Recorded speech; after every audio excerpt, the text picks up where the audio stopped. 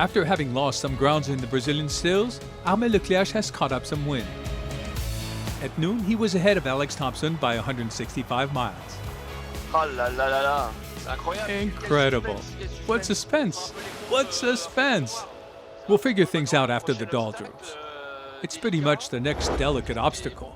The objective for me is to widen the gap in the next hours, the next days, get ahead as much as possible so to secure an advance, to approach the doldrums more serenely, in my mind anyway. That's what's going to set the tone to the rest of the race. According to the gaps, the strategies will be radically different.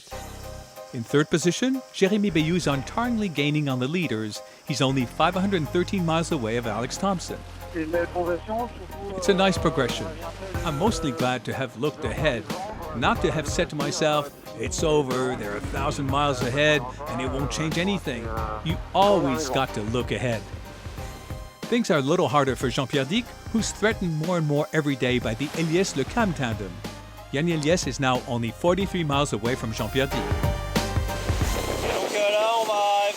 So now, we're going to go along in cooler conditions, so to speak, because we're still going to be sailing to windward in close speeds for the next days with a very rough sea. So we're not home free yet, but at least we can close the South Sea case, even if there's still a few albatross behind me. On the next video, I hope I'll be in my underwear or wearing a bathing suit and covered with sun cream. In 7th position, Louis Burton will be the next to cross the Cape Horn tomorrow morning, a very first for him.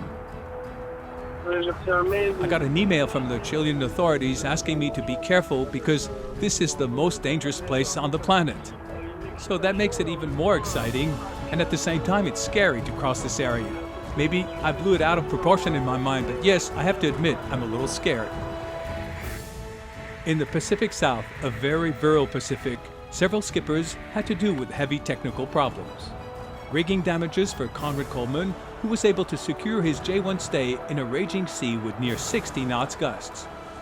Alan Rura had to change his starboard rudder that had been cut by an unidentified floating object and seal off a water ingress. Both competitors are back in the race, but at the price of a considerable physical effort.